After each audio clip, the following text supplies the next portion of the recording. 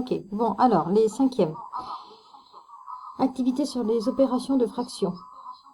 Pour ceux qui n'étaient pas là, on a complété nos activités numéro 1 et activité numéro 2.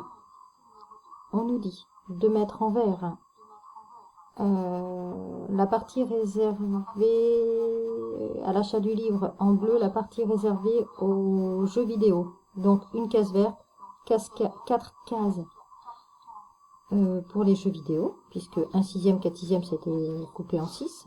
Donc la question suivante, c'était que représente la partie colorée? Cette partie représente le total des achats.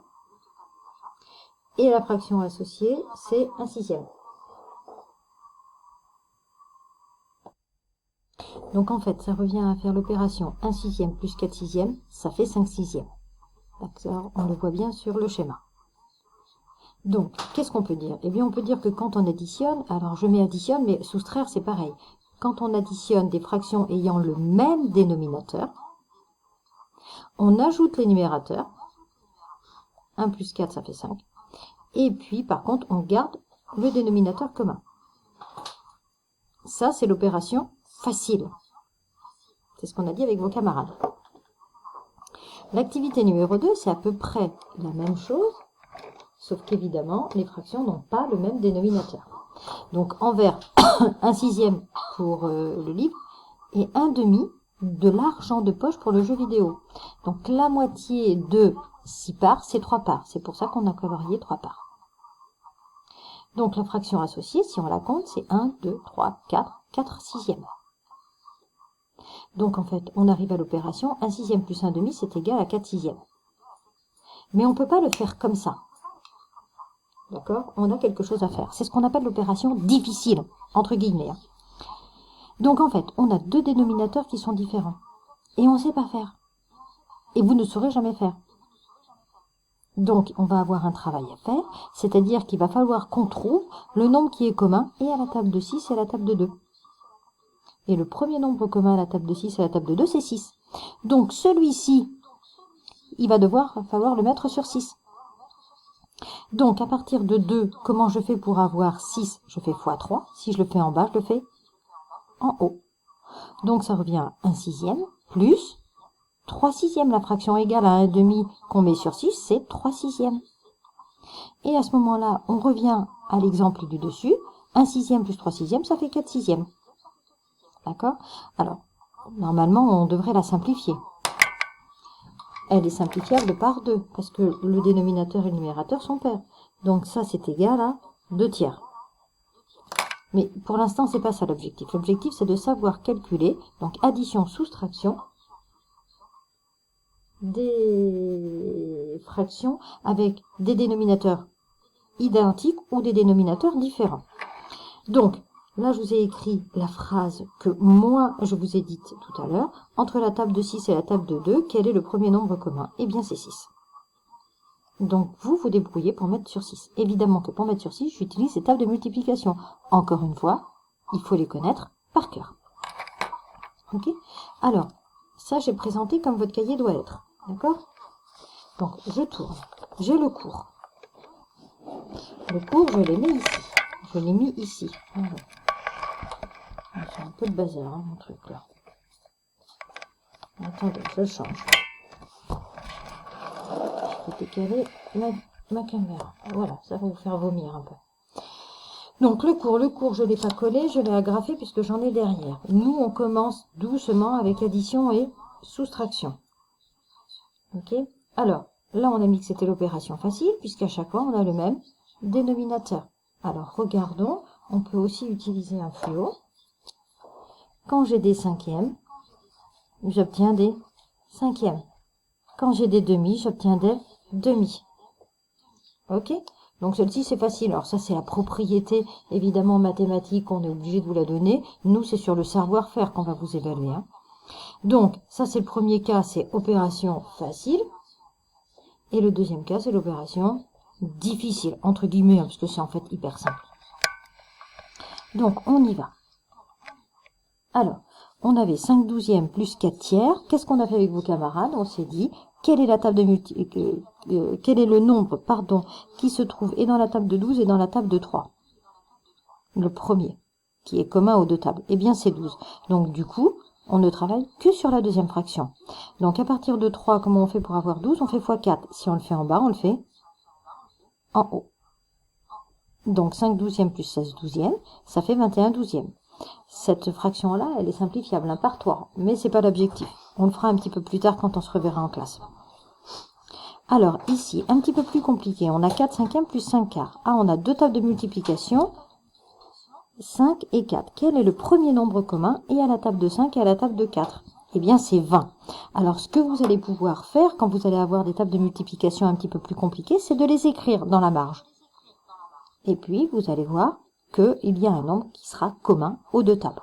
Donc, là, c'est 20. À partir de 5, pour avoir 20, je fais x 4. Si je fais en bas, je le fais en haut. À partir de 4, pour avoir 20, je fais x 5. Si je fais en bas, je le fais en haut.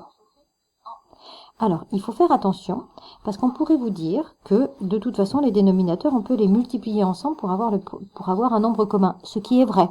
Mais il faut, nous, que l'on cherche le premier nombre commun pour que les calculs soient le plus simples possible. C'est pas automatique de toujours les multiplier entre eux. Comment vous expliquer? Allez, je vous mets un exemple pour ceux qui n'étaient pas là. Si, mettons, j'ai 5 sixièmes plus 3 quarts, eh bien, je vais pas mettre sur 6 x 4, 24. Je vais mettre sur 12. Parce que le premier nombre commun à la table de 6 et à la table de 4, eh bien, c'est 12. Donc, en fait, ça va nous simplifier les calculs. Parce que si on met sur 24, on va avoir de grands nombres. OK? Donc voilà, donc il ne faut pas que ce soit un automatisme de multiplier les dénominateurs entre eux. Alors bien souvent, c'est vrai qu'il faut les multiplier entre eux, mais c'est pas c'est pas automatique. Donc vous aviez à faire toute la fiche numéro 1, on y va, je vais la mettre sous vos yeux. Bon, allez, on reste concentré sur l'exercice numéro 1. Donc, sur l'exercice numéro 1, là, ce ne sont que des opérations faciles, puisque si vous regardez bien, les fractions ont toujours le même dénominateur. Donc, quand j'ai des neuvièmes, j'obtiens des neuvièmes. Et 1 plus 8, ça fait 9. Si on veut aller plus loin, ça fait 1. Ok? Je continue. Des demi, je vais obtenir des demi. Et 1 plus 1, ça fait 2. 2 sur 2, ça fait 1. Ça, on l'avait déjà vu dans les fractions égales. On continue. Quand j'ai des 19e, j'obtiens des 19e. Et 13 moins 9, ça fait combien? Ça fait 4 19e. Je continue. 1 sixième plus 5 sixièmes, ça fait 6 sixièmes. 6 sixièmes, je vais plus loin, ça fait 1. Je continue. Des 15e, j'obtiens donc des 15e. Et 14 moins 1, ça me donne 13. 1 quart moins 1 quart, eh bien ça fait 0. 0 quart. 0 quart, c'est 0. 1 treizième plus 11 treizièmes, ça fait 12 treizièmes. Toujours avec la même façon de faire. J'ai des treizièmes, j'obtiens des treizièmes. On continue. 2 cinquièmes plus 2 cinquièmes, eh bien ça fait 4 cinquièmes. Ok? Donc il faut faire attention, vous pouvez utiliser de la couleur, c'est pas gênant pour le début. J'obtiens des treizièmes parce que j'avais des treizièmes. J'ai des cinquièmes, j'obtiens des cinquièmes. J'ai des sixièmes, j'obtiens des sixièmes. J'ai des 19e, j'obtiens des 19e. Des demi, j'obtiens des demi. Des quarts, j'obtiens des quarts. Des 15e, j'obtiens des 15e. Des 9e, pardon, j'obtiens des 9e. Ok? Après, ici, effectivement, dans certaines situations, j'ai pu simplifier mes opérations. Voilà. On part sur l'exercice numéro 2 qui me semble un petit peu plus complexe, opération pas facile. Donc il va falloir qu'on connaisse nos tables de multiplication par cœur.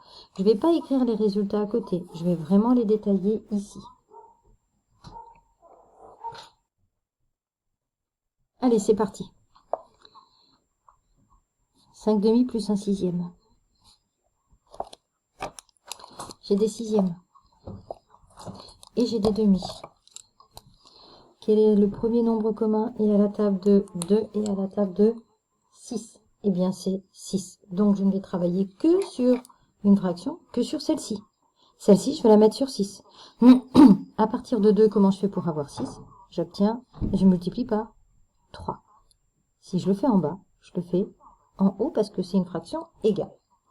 Donc, 5 fois 3, 15 sur 6, plus 1 sur 6. Et bien là, opération facile, 16 sixièmes. Je vais plus loin. Je vais pouvoir simplifier. Alors, si vous avez obtenu ça, c'est très bien. Maintenant, faites l'effort de simplifier. Ça fait 8 tiers, puisque ce sont tous les deux des nombres pairs. Donc, je peux simplifier par 3. J'y vais pour la deuxième. 9 treizièmes moins 1 demi. J'ai des treizièmes et j'ai des demi. Toujours la même question. Quel est le premier nombre commun et à la table de 13 et à la table de 2? Eh bien, c'est 26. Alors, vous pouvez les écrire à côté, vos tables de multiplication. Hein. Vous pouvez écrire 13 fois 1, 13. 13 fois 2, 26, etc., etc. Pareil pour la table de 2. Et on se rend compte que c'est 26 qui est commun. Donc, je prends un stylo de couleur et je me dis, pour avoir 26 à partir de 13, il faut que je fasse x 2. Si je le fais en bas, je le fais en haut. À partir de 2, pour avoir 26, il faut que je fasse x 13. Si je le fais en haut, je le fais... si je le fais en bas, pardon, je le fais en haut. Donc, 9 fois 2, 18 sur 26, moins 13 sur 26, eh bien, ça fait 5 26e. Cette fraction, elle ne peut pas se réduire, on la laisse comme ça. Allez, on continue. Je vais continuer comme ça pour les autres opérations et je reviens vers vous.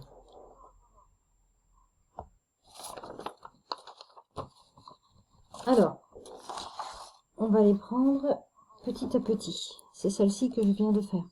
Donc, j'ai multiplié par 6, c'est la première fraction en haut et en bas pour tout mettre sur 24. Cette fois-ci, 42, d'accord, sur 24, plus un 24e, ça fait 43 24e. On ne simplifie pas.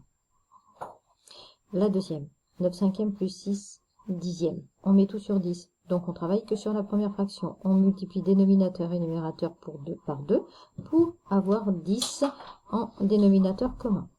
18 dixièmes plus 6 dixièmes, ça fait 24 dixièmes. Attention, 24 dixièmes, ça doit vous sauter aux yeux. Ce sont deux nombres pairs. Je simplifie par 2, c'est-à-dire que je divise et numérateur et dénominateur par 2. La dernière que j'ai faite, avant les un petit peu plus compliquées encore.